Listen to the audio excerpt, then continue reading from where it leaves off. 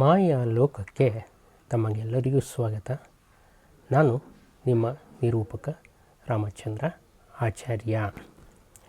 ಇವತ್ತು ಒಂದು ಸಣ್ಣ ಕಥೆಯನ್ನು ವಾಚಿಸ್ತಾ ಇದ್ದೇನೆ, ಕಥೆಯನ್ನು ಹೇಳ್ತಾ ಇದ್ದೇನೆ. ಅದು ಲೇಖಕರು ವಸುಧೇಂದ್ರ ಅಂತ. ಆ ಕಥೆಯ ಶೀರ್ಷಿಕೆ ಸೀಳು ಲೋಟ.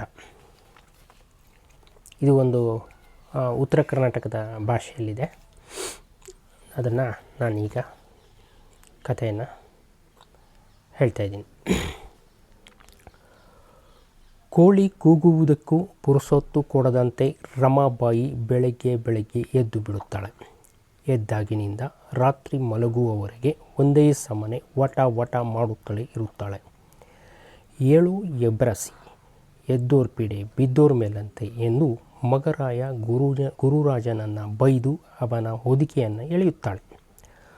ಮುಖ ತೊಳೆದು ಬಂದಿದ್ದೆ, ಕಾಲಿಗೆ ನಮಸ್ಕಾರ ಮಾಡಬೇಕು, ಎದ್ದೇಳ್ರಿ ಎಂದು ಗಂಡ ಹುಲಿಕುಂಟಿಯನ್ನು ಜಬರಿಸುತ್ತಾಳೆ. ಹುಲಿಕುಂಟಿ ಕಣ್ಣು ಹೊಸಕಿಕೊಳ್ಳುತ್ತಲೇ ಹೇಳುತ್ತಾನೆ. ಅವನ ಕಾಲಿಗೆ ನಮಸ್ಕರಿಸಿದ್ದಕ್ಕೆ ಆಕಳಿಸುತ್ತಲೇ ಆಶೀರ್ವಾದ ಮಾಡಿದಂತೆ ಕೈ ಎತ್ತುತ್ತಾನೆ. ಹಾಗೆ ಮುಸುಕೆಳೆದು ಮಲಗುತ್ತಾನೆ. ರಪರಪನೆ ಕಸ ಬಳಿದು ಅಂಗಳಕ್ಕೆ ನೀರನ್ನು ಜಡಿದು ಆಕಾಶಕ್ಕೆ ಒಂದು ತಂಬಿಗೆ ನೀರು ಉಗಿ, ಎಬ್ರಾಸಿ ಮುಂಡೆದೆ ಎದ್ದೇಳು ಎಂದು ಸೂರ್ಯನಿಗೆ ಉಗಿಯುತ್ತಾಳೆ. ಅವಳ ಬಾಯಿ ಬಡುಕುತನಕ್ಕೆ ಹೆದರಿದ ಸೂರ್ಯ ಚೂರೇ ಧೈರ್ಯ ತೆಗೆದುಕೊಳ್ಳುತ್ತಾ ಮೇಲೆ ಇರುತ್ತಾನೆ.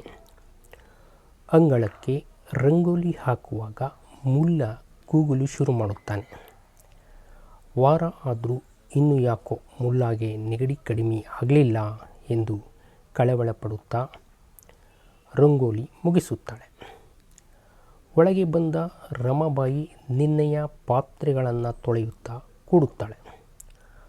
ಆ ಪಾತ್ರೆಗಳ ಕಟಕಟ ಸದ್ದಿಗೆ ನಿದ್ರೆ ಮುಂದುವರಿಸಲು ಸಾಧ್ಯವಾಗದೆ ಹುಲಿಕುಂಟಿ ಹಗೂರಕ್ಕೆ ಎದ್ದು ಹೊರಗೆ ಕಟ್ಟೆಯ ಮೇಲೆ ಕುಕ್ಕುರು ಗಾಲಿನಲ್ಲಿ ಕುಳಿತು ಗಣೇಶ ಪೀಡಿ ಸೇದಲಾರಂಭಿಸುತ್ತಾನೆ. ರಮಾಬಾಯಿ ಪಾತ್ರೆಗಳನ್ನು ಉದಯಿಸಿದ ಸೂರ್ಯ ನಾಚುವಂತೆ ಫಳಫಳನೆ ತಿಕ್ಕಿ ಚಹಕ್ಕೆ ಇಡುತ್ತಾಳೆ.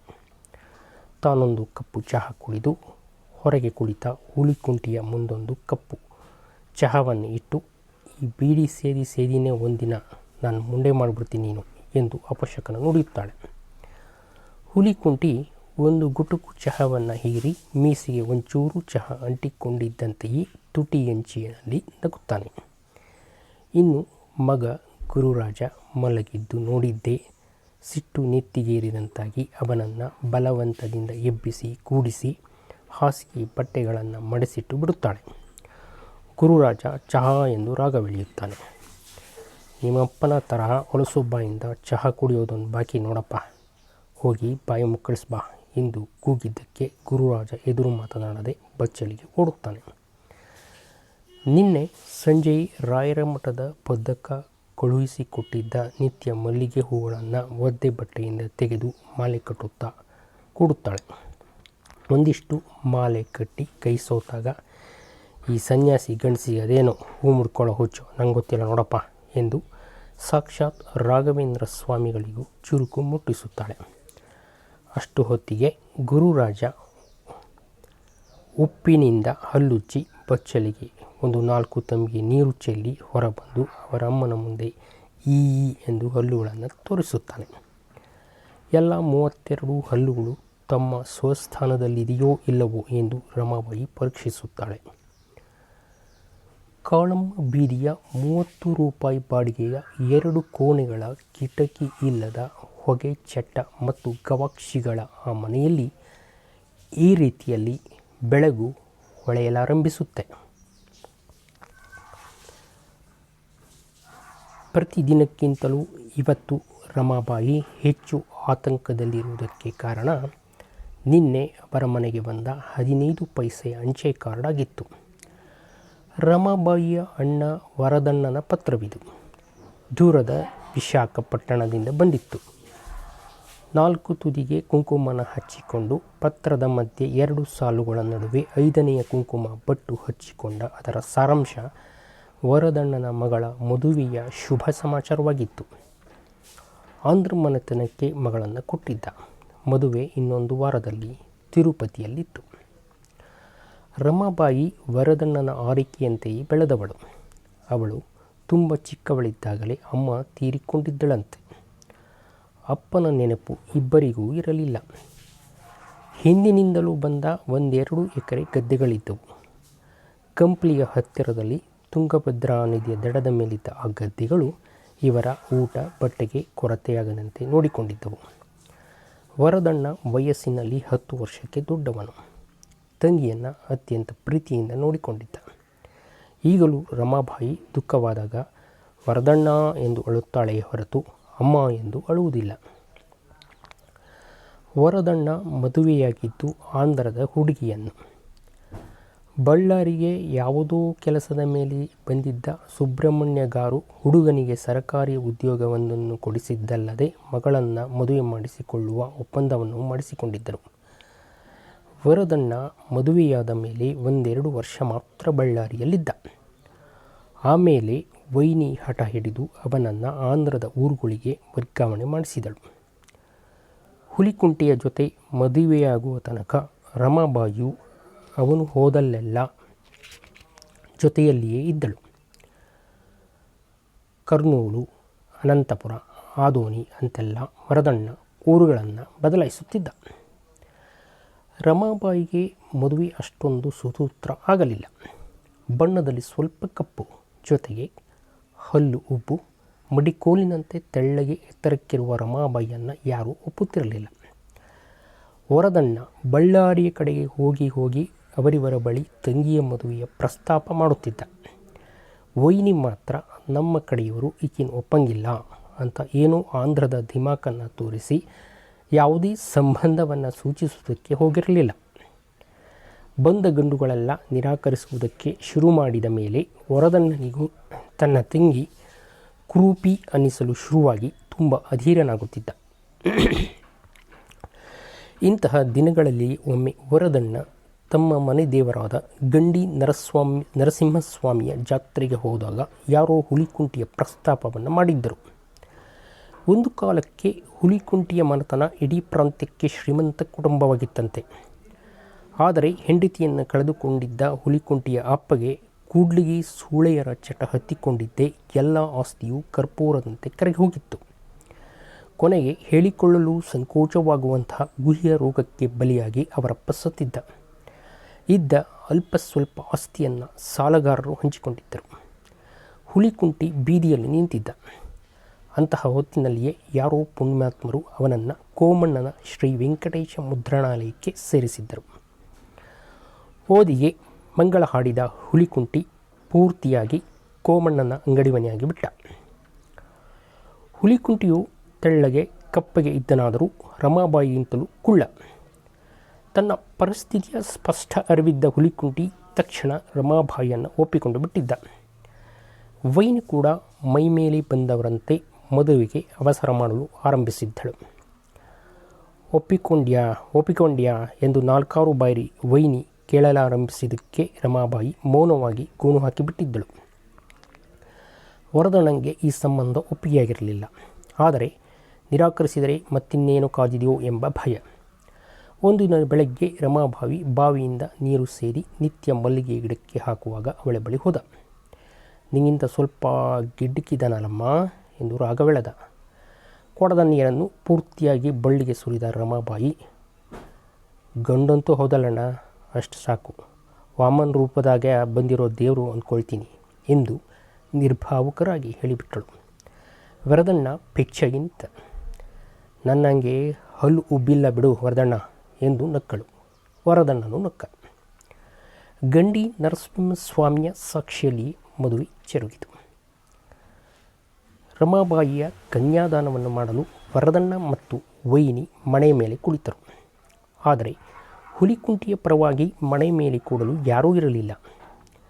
ಕೋಮಣ್ಣ ಮದುವೆಯಾಗಿ 2 ಜೊತೆ ಪಂಚೆ, 1 ಅಂಗಿ, ಮದುವೆಗಾಗಿ 2 ಜೊತೆ ಪಂಚೆ, 1 ಅಂಗಿ, ಹುಡುಗಿಗೊಂದು ಸೀರೆ ಕೊಟ್ಟವನಾದರೂ ಬೇರೆ ಜಾತಿಯವನಾಗಿದ್ದರಿಂದ ಮಣೆಯ ಮೇಲೆ ಕೂಡಲು ಸಾಧ್ಯವಿರಲಿಲ್ಲ. ಮಣೆಯ ಮೇಲೆ ಕೂತು ಮದುವೆ ಮಾಡಿಕೊಡುವರಿಲ್ಲದಿದ್ದರೆ ಹೇಗೆ ಎಂದು ಪುರೋಹಿತರು ಹಠ ಹಿಡಿದರು. ಹುಲಿಕುಂಟಿ ಮದುವೆಗಾಗಿ ಬಂದ ದಂಪತಿಗಳನ್ನೇ ನೀವು ಮಣೆ ಮೇಲೆ ಕೂಡ್ತೀರಾ, ನೀವು ಮಣೆ ಮೇಲೆ ಕೂಡ್ತೀರಾ ಎಂದು ಬೇಡಿಕೊಂಡ. ಮದುವೆಗೆ ಅಕ್ಷತೆ ಹಾಕಿ ಊಟ ಮಾಡಿ ಹೋಗಲೆಂದು ಬಂದ ದಂಪತಿಗಳು ಈ ಬೇಡಿಕೆಗೆ ಕಂಗಾಲಾಗಿ ನಿರಾಕರಿಸಿಬಿಟ್ಟರು. ಕೊನೆಗೆ ರಾಯರ ಮಠದ ಅರ್ಚಕರಾದ ಎಡವಟ್ಟು ವೆಂಕಣ್ಣಾಚಾರಿ ಮತ್ತು ಪದ್ದಕ್ಕ ಮಣೆ ಮೇಲೆ ಕುಳಿತುಕೊಂಡರು. ಊರಿನ ಪುರೋಹಿತರು ನಾವು, ಎಲ್ಲರೂ ನಮ್ಮ ಮಕ್ಕಳಿದ್ದ ಹಾಗೆ ಎಂದು ಪದ್ದಕ್ಕ ಹೇಳಿಬಿಟ್ಟರು. ಇಬ್ಬರ ಪರವಾಗಿ ಕಳಸಗಿತ್ತಿಯಾಗಿ ವರದಣ್ಣನ ಮಗಳು ರೋಹಿಣಿಯೇ ಕುಳಿತುಕೊಂಡಳು. ರಮಾಬಾಯಿ ಮತ್ತು ಹುಲಿಕುಂಟಿ ರಾಗಿ ದೋಸೆ ಜೊತೆ ಜೇನುತುಪ್ಪ ಸೇರಿದಂತೆ ಹೊಂದಿಕೊಂಡರು. ತನ್ನವರ್ಯಾರೂ ಇಲ್ಲದೆ ತಬ್ಬಲಿಯಂತೆ ಬಾಳುತ್ತಿದ್ದ ಹುಲಿಕುಂಟಿಗೆ ಹೀಗೆ ಪ್ರೀತಿಸುವ ಒಂದು ಜೀವ ಸಿಕ್ಕಿದ್ದೇ ಕರಗಿ ಹೋದ. ತನ್ನನ್ನು ಪೂರ್ತಿಯಾಗಿ ರಮಾಬಾಯಿಗೆ ಒಪ್ಪಿಸಿಕೊಂಡು ಬಿಟ್ಟ. ರಮಾಬಾಯಿ ಕೂಡ ರೆಕ್ಕೆ ಬಿಚ್ಚಿದ ಹಕ್ಕಿಯಂತಾದಳು. ಅತಿಯ ನೆರಳಲ್ಲಿ ಮೈಯನ್ನು ಹಿಡಿಯಾಗಿ ಮಾಡಿಕೊಂಡು ಬದುಕಿದ್ದ ರಮಾಬಾಯಿಗೆ ಇಲ್ಲಿ ಸಿಕ್ಕ ಹೇರಳವಾದ ಸ್ವಾತಂತ್ರ್ಯ ಅವಳ ಅಸಲಿ ಗುಣವಾದ ಗಯ್ಯಾಳಿತನವನ್ನು ಹೊರಹಾಕಿತು. 3 ದಿನಕ್ಕೆ ಮನೆಗೆ ಹಾಲು ತಿರುತ್ತಿದ್ದ ಗೌರವಕ್ಕಗೆ ನೀನು ಹಿಂಗೆ ಹಾಲಿಗೆ ನೀರು ಹಾಕಿದ್ರೆ ನಾನು ಕೊಡೋ ರೊಕ್ಕಕ್ಕೆ ನೀರು ಹಾಕ್ತೀನಿ ಎಂದು ದಬಾಯಿಸಿದಳು. ಗೌರಕ್ಕ ಆಕೆಯ ಬಾಯಿಗೆ ಹೆದರಿ 3 ದಿನದಿಂದ ಗಟ್ಟಿ ಹಾಲು ಹಾಕಲಾರಂಭಿಸಿದಳು. ರಮಾಬಾಯಿ ಇಡೀ ಮನೆಯ ಜವಾಬ್ದಾರಿಯನ್ನು ತನ್ನ ತೆಕ್ಕೆಗೆ ತೆಗೆದುಕೊಂಡಳು. ಮನೆಯ ಮುಂದೆ ದೊಡ್ಡ ದೊಡ್ಡ ರಂಗೋಲಿಗಳು ಕಂಗೊಳಿಸಲಾರಂಭಿಸಿದವು. ಯಾವಾಗಲೂ ಬರಿಯ ಬಿಳಿಯ ಪೈಜಾಮ ಜುಬಾ ಧರಿಸುತ್ತಿದ್ದ ಹುಲಿಕುಂಟಿಗೆ ಒಂದು ಬಣ್ಣದ ಅಂಗಿಯನ್ನು ಹೊಲಿಸಿದಳು. ನಾಚಿಕೆ ಆಗ್ತದ ಎಂದು ಹುಲಿಕುಂಟಿ ಗೋಗೆರೆದರೂ ಬಿಡದೆ ಅವನು ಆ ಅಂಗಿ ಹಾಕಿಕೊಂಡು ಕೆಲಸಕ್ಕೆ ಕಳುಹಿಸುವುದರಲ್ಲಿ ಯಶಸ್ವಿಯಾದಳು. ಮದುವೆಯಾಗಿದ್ದೇ ವರದಣ್ಣನ ಸಂಪರ್ಕವು ಕಡಿಮೆಯಾಯಿತು. ದೂರದ ಊರುಗಳಾದ ಬೇಜವಾಡ, ಗುಂಟೂರು, ರಾಜಮಂಡ್ರಿ ಕಡೆಗೆ ಅವನು ವರ್ಗಾವಣೆಗೆ ಹೋಗಿಬಿಟ್ಟ. ರಾಜಮಂಡ್ರಿಯಲ್ಲಿದ್ದಾಗ ಅವರ ಮಾವ ಅವನಿಗೊಂದು ಬಸ್ಸನ್ನು ಕೊಳ್ಳಲು ಸಹಾಯ ಮಾಡಿದರು. ರಾಜಮಂಡ್ರಿಯಿಂದ ವಿಶಾಖಪಟ್ಟಣಕ್ಕೆ ದಿನಕ್ಕೆ 2 ಬಾರಿ ಬಸ್ಸು ಓಡಾಡಲಾರಂಭಿಸಿತು. ಲಕ್ಷ್ಮೀದೇವಿ ಕಣ್ಣು ತೆರೆದಳು. ವರ್ಷ ಮುಗಿಯುವುದರಲ್ಲಿ ಇನ್ನೊಂದು ಬಸ್ಸು ಕೊಂಡು ತನ್ನ ಸರ್ಕಾರಿ ಕೆಲಸಕ್ಕೆ ರಾಜೀನಾಮೆ ಕೊಟ್ಟ. ಈಗ 10 ಬಸ್ಸುಗಳನ್ನಿಟ್ಟುಕೊಂಡಿದ್ದಾನೆ. ಮಾವನು ಸತ್ತು ಅವನ ಆಸ್ತಿಯು ಸೇರಿಕೊಂಡಿದೆ. ಬಂಧು ಬಳಗದಲ್ಲಿ ವರದರಾವ್ ಗಾರು ಆಗಿದ್ದಾನೆ. ಕುಂಡಿ ತುರಿಸಿಕೊಳ್ಳಲು ಪುರಸೊತ್ತಿಲ್ಲದಂತೆ ಬೀಜಿಯಾಗಿರುತ್ತಾದ್ದರಿಂದ ಬಳ್ಳಾರಿಗೆ ಹೋಗಲಾಗುತ್ತಿರಲಿಲ್ಲ. ನಿನಗೆ ಯಾವಾಗ ನೋಡಬೇಕಂತ ಅನಿಸ್ತದೋ ತಕ್ಷಣ ಹೊರಟು ಬಂದುಬಿಡು ಎಂದು ರಮಾಬಾಯಿಗೆ ಪತ್ರ ಬರೆದು ಕೈ ತೊಳೆದುಕೊಂಡ. ರಮಾಬಾಯಿಗೆ ಯಾಕೋ ಹೋಗಬೇಕು ಎಂದು ಬಲವಾಗಿ ಅನಿಸಲೇ ಇಲ್ಲ. ಮಗ ಗುರುರಾಜನ ಹಡವಣಿಗೆಗೂ ಹೋಗಲಿಲ್ಲ. ಅವರಿವರ ಸಹಾಯವನ್ನು 10 ದಿನ ತೆಗೆದುಕೊಂಡಂತೆ ಮಾಡಿ ಮತ್ತೆ ದಿನದ ಗಾಣದ ಕೆಲಸಕ್ಕೆ ಎದ್ದು ನಿಂತಿದ್ದಳು. ರೋಹಿಣಿ ಮೈನರತಾಗ ಬರಲೇಬೇಕೆಂದು ವರದಣ್ಣ ಪತ್ರ ಬರೆದಿದ್ದ. 3 ಹೋಗಿದ್ದರು. ವರದಣ್ಣ ಶ್ರೀಮಂತನಾಗಿದ್ದಾನೆಂದು ರಮಾಬಾಯಿಗೆ ಗೊತ್ತಿತ್ತಾದರೂ ಆ ಮಟ್ಟದಲ್ಲಿ ಅವನು ಬೆಳೆದಿದ್ದಾನೆಂದು ಅವಳು ಊಹಿಸಿರಲಿಲ್ಲ. ಸುಮ್ಮನೆ ಅಪರಿಚಿತನಂತೆ ಮನೆಯಲ್ಲಿ ಉಂಡು ತಿಂದು ಮಲಗಿ 2 ದಿನ ಕಳೆಯಬೇಕಾಯಿತು. ಪ್ರತಿ ಕೆಲಸಕ್ಕೂ ಆಳು ಕಾಳುಗಳಿದ್ದರು. ಹುಲಿಕುಂಟಿಗಂತೂ ತೆಲುಗು ಭಾಷೆಯೂ ಬಾರದು. ಸುಮ್ಮನೆ ಅವರಿವರ ಮುಖ ನೋಡುತ್ತಾ ಕುಳಿತುಕೊಂಡು ಬಿಟ್ಟಿದ್ದ. ಹಿತ್ತಲೆಗೆ ಹೋಗಿ ಕುಕ್ಕರುಗಾಲಿನಲ್ಲಿ ಕುಳಿತು ಬೀಡಿ ಸೇದುತ್ತಾ ಇರುವಾಗ ಯಾರೋ ವರದಣ್ಣನ ಬಳಗದವರು ಬಂದು ಸಿಗರೇಟನ್ನು ಕೊಟ್ಟು ಹೋಗಿದ್ದರು.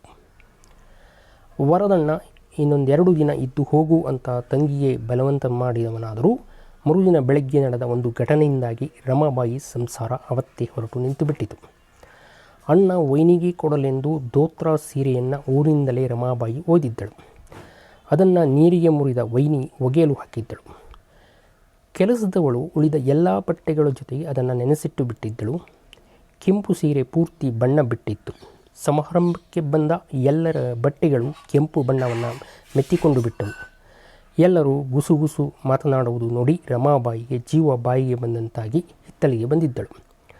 ಅಲ್ಲಿ ಹಗ್ಗಕ್ಕೆ ಒಣಗಿ ಹಾಕಿದ್ದ ಎಲ್ಲ ಬಟ್ಟೆಗಳು ಅವಳ ಹಗ್ಗದ ಕೆಂಪು ಸೀರೆಯ ಬಣ್ಣ ಬಳಿದುಕೊಂಡು ಹಾರಾಡುತ್ತಿದ್ದವು.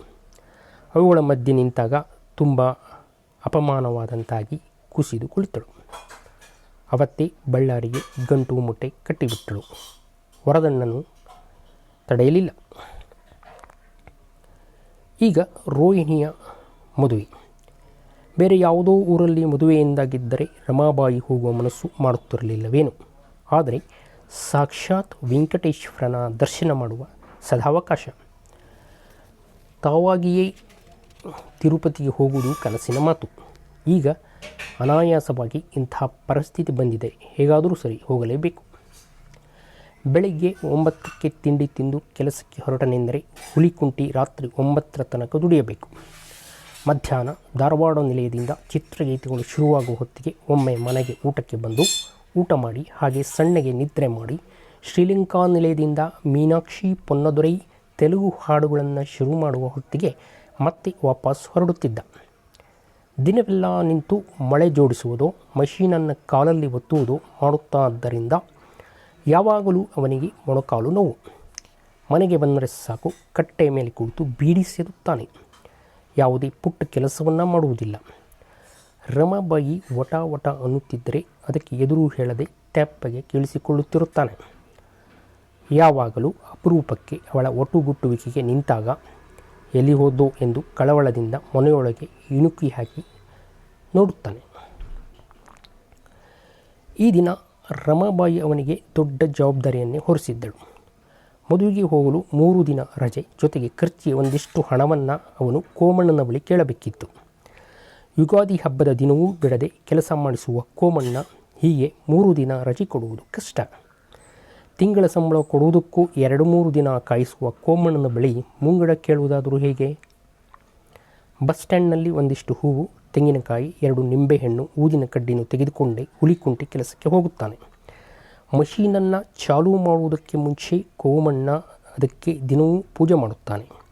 ನಿನ್ನೆಯೇ ಬಾಡಿದ ಹೂವು, ಒಣಗಿದ ನಿಂಬೆಯ ಹೋಳುಗಳನ್ನು ಹುಲಿಕುಂಟಿ ಮೊದಲೇ ತೆಗೆದು ಸ್ವಚ್ಛ ಮಾಡುತ್ತಾನೆ. ಸ್ನಾನ ಮಾಡಿ ಬಂದ ಕೋಮಣ್ಣ ಹೂ ಏರಿಸಿ ನಿಂಬೆಹಣ್ಣನ್ನು 2 ಹೋಳು ಮಾಡಿ ಆ ಕಡೆಗೊಂದು ಈ ಕಡೆಗೊಂದು ಇಟ್ಟು ಊದಿನ ಕಡ್ಡಿ ಬೆಳಗಿ ಕಾಯಿ ಒಡೆದು ಅದರ ಒಂದು ಚೂರನ್ನು ಹುಲಿಕುಂಟಿಗೆ ಮೊದಲು ಕೊಡುತ್ತಾನೆ. ನಂತರ ಉಳಿದ ಒಂದಿಬ್ಬರು ಕೆಲಸದ ಹುಡುಗರಿಗೆ ಪ್ರಸಾದ ಸಮರ್ಪಣೆಯಾಗುತ್ತದೆ. ಪೂಜೆ ಮುಗಿದ ಮೇಲೆ ಹುಲಿಕುಂಟಿ ಮೆತ್ತಿಗೆ, ಕೋಮಣ್ಣ, ಮದುವೆಗೆ ಊರಿಗೆ ಹೋಗಬೇಕಿತ್ತು ಅಂತಂದ. ಯಾರ ಮದುವೆ? ಏಕಿ ಅಣ್ಣನ ಮಗಳದು. ಅಣ್ಣ ಅಂದರೆ ಭಾಳ ಜೀವ. ಎಷ್ಟು ದಿನ? 3 ದಿನ. ಹಾಗೆ ಕೈ ಖರ್ಚಿಗೆ ಸ್ವಲ್ಪ ಮೂಡಬೇಕಿತ್ತು. ಕೋಮಣ್ಣ ಮತ್ತೆ ಮಾತನಾಡಲಿಲ್ಲ. ಹುಲಿಕುಂಟಿ ಬೇರೆ ಏನೋ ಹೇಳಬೇಕು ತೋಚದೆ ಕೆಲಸದಲ್ಲಿ ಮಗ್ನನಾದ. ಮಧ್ಯದಲ್ಲಿ ಯಾವುದೋ ಲಗ್ನಪತ್ರಿಕೆಯ ಕರಡು ಪ್ರತಿಯನ್ನು ತೋರಿಸಿದಾಗ ಅದರಲ್ಲಿ ಒಂದು ತಪ್ಪಾಗಿತ್ತು. ವರನ ಹೆಸರು ಮಂಜುನಾಥ ಎಂಬುದು ಮಂಜುನಾಥ ಎಂದಾಗಿತ್ತು. ವರನ ನಾಥ ಹೊಡ್ತಿದೆಯಲ್ಲಲೇ ಎಂದು ಕೋಮಣ್ಣ ಸಿಟ್ಟಾಗಿದ್ದ. ಮಧ್ಯಾಹ್ನ ಊಟಕ್ಕೆ ಹೋಗುವಾಗ ಮತ್ತೊಮ್ಮೆ ಹಿಂಜರಿಯುತ್ತಲೇ ಜ್ಞಾಪಿಸಿದ. ಕೋಮಣ್ಣ, ಆಕೆ ಅಣ್ಣನ ಮಗಳ ಮದುವೆ ಅಂದರೆ ಆಕೆಯೇ ಹೋಗಿ ಬರಲಿ. ನೀನು ಇಲ್ಲೇ ಕೆಲಸ ಮಾಡು. ಮದುವೆ ದಿನಗಳಿವೆ. ಲಗ್ನ ಪತ್ರಿಕೆ ಮುದ್ರಣ ಮಾಡೋದು ಯಾರು ನೋಡ್ಕೊಳ್ತಾರೆ ಎಂದು ನಿರಾಕರಿಸಿಬಿಟ್ಟ. ಯಾಕೋ ಹುಲಿಕುಂಟಿಗೆ ತುಂಬ ಬೇಸರವಾಯಿತು. ಸಪ್ಪೆ ಮೋರೆ ಹಾಕಿಕೊಂಡು ಮನೆಗೆ ಹೊರಟ. ಯಾವ ಊರಾಗಲೇ ಮದುವೆ ಎಂದು ಕೋಮಣ್ಣ ಕೇಳಿದ. ತಿರುಪತಿ ಎಂದು ಹುಲಿಕುಂಟಿ ಹೇಳಿದ್ದೇ ತಡ. ಹೇಳಿಕೊಳ್ಳವಾಡ ಎಂದು ಕೋಮಣ್ಣ ಎದ್ದು ನಿಂತು ಕೈ ಮುಗಿದು ಬಿಟ್ಟ. ಮುಂಚೆನೇ ಹೇಳಲಿಕ್ಕೆ ನಿಂಗೇನೋ ಕಷ್ಟ ಬಂದಿತ್ತು. ತಿರುಪತಿಗೆ ಹೋಗ್ತೀನಿ ಅಂದವರಿಗೆ ಬೇಡ ಅನ್ನೋ ಹಾಗೆ ಮಾಡಿಬಿಟ್ಟು ವೆಂಕಟರಮಣ, ತಪ್ಪಾಯಿತು ಎಂದು ಗಲ್ಲ ಬಡಿದುಕೊಂಡ. 3 ದಿನ ರಜೆ ಕೊಟ್ಟಿದ್ದಲ್ಲದೆ 500 ರೂಪಾಯಿಗಳನ್ನು ಕೊಟ್ಟು ಮುಂಗಡ ಅಂತ ಅನ್ಕೋಬೇಡ. ದಾರಿ ಖರ್ಚಿಗೆ ಹಣ ಉಳಿದ್ರೆ ಹುಂಡಿಯಾಗ ಹಾಕು. 2 ಲಾಡು, 2 ವಡೆ, ಕಾಶಿದಾರ, ಒಂದು ಫೋಟೋ ತಗೊಂಡು ಬಾ ಎಂದು ಹೇಳಿದ. ಮದುವೆಗೆ ಹೋಗಬೇಕಾದ ಸಂಗತಿ ಇಷ್ಟು ಸುಲಭವಾಗಿ ಬಗೆಹರಿದದಕ್ಕೆ ಹುಲಿಕುಂಟಿ ತುಂಬ ಖುಷಿಯಾದ.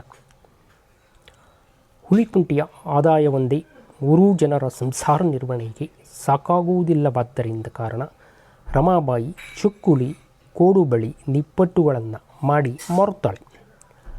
ತೂಕ ಮಾಡುವಾಗ ಚಕ್ಕುಲಿ ಮುರಿದು ಕರಾರುವಕ್ಕಾಗಿ ಸರಿತೂಗುವುದಿಲ್ಲವಾದ್ದರಿಂದ ಕಾರಣ ಸಾಕಷ್ಟು ಜನರು ಅವಳ ಬಳಿ ಖರೀದಿಸುತ್ತಾರೆ. ಎಂಥದೋ ವಿಶೇಷ ರುಚಿ ಆ ಚಕ್ಕುಲಿಗಳಿಗಿರುತ್ತೆ ಎಂಬುದು ಸತ್ಯ.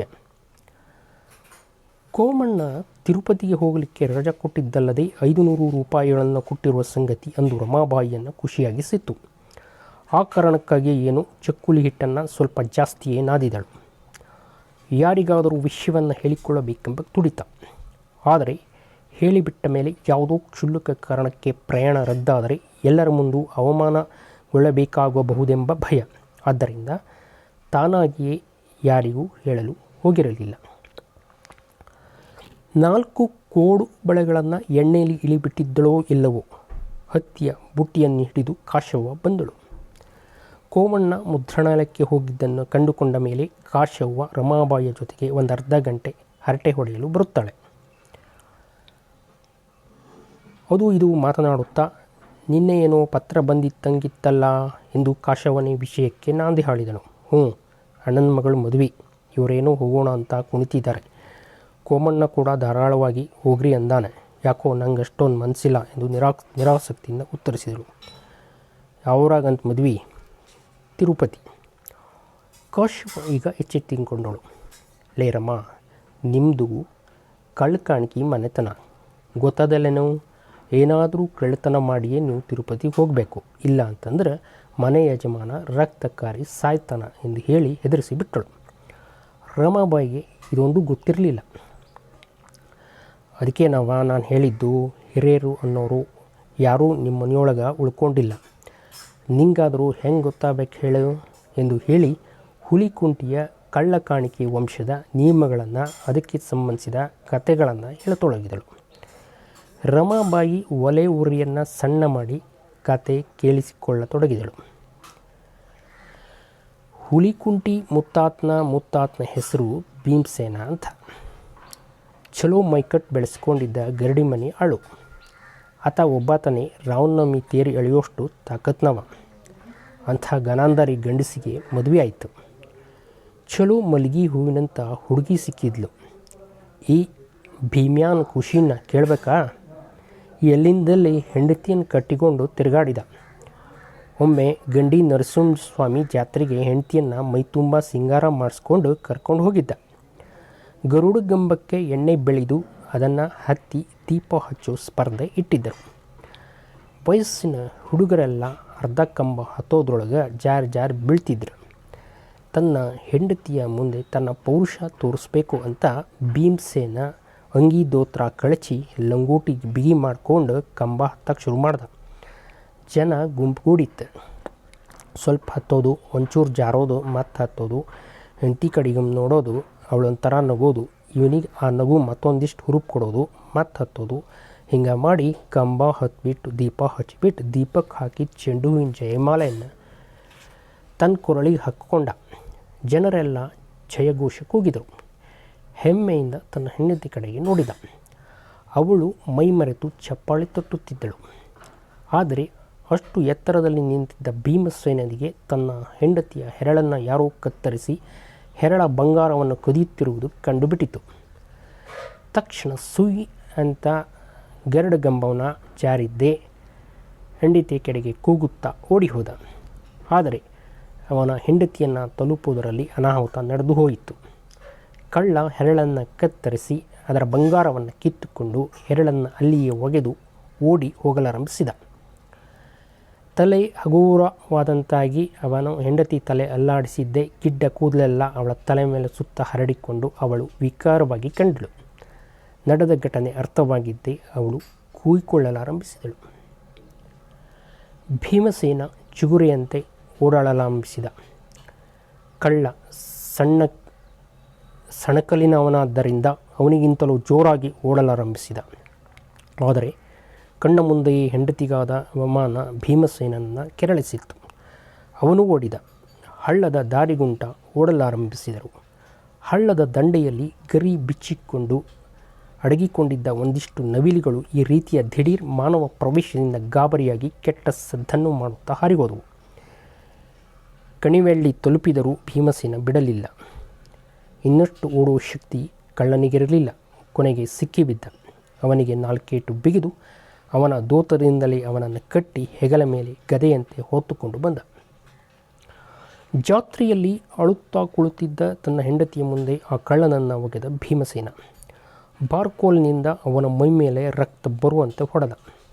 ಅವನ ಆರ್ಭಟವನ್ನು ಕಂಡು ಹೆದರಿದ ಅವನ ಹೆಂಡತಿ ಸಾಕು ಸಾಕು ಎಂದು ಭೀಮಸೇನನನ್ನು ತಡೆದಳು.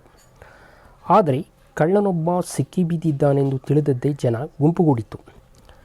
ಪ್ರತಿಯೊಬ್ಬರೂ ಒಂದಿಲ್ಲೊಂದು ಬಾರಿ ಕಳ್ಳತನದಲ್ಲಿ ಏನಾದರೂ ಕಳೆದುಕೊಂಡವರೇ ಆದ್ದರಿಂದ ನೆರೆದ ಜನರೆಲ್ಲ ತಲೆಗೊಂದೇಟು ಅವನಿಗೆ ಕೊಟ್ಟರು.